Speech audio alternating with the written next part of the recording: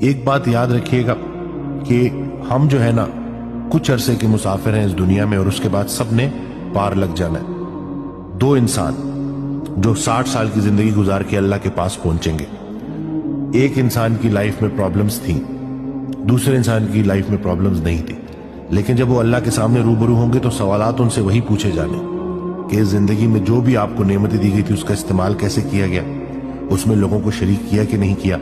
جہاں مشکلات غم آئی اس پہ صبر کیا کہ نہیں کیا، میری رحمت سے نا امید تو نہیں ہوئے۔ قرآن پاک کی جو آیت ہے نا کہ میری رحمت سے نا امید نہ ہونا، وہ اسی لیے کہ اپنے حالات سے نا امید ہو جاؤ،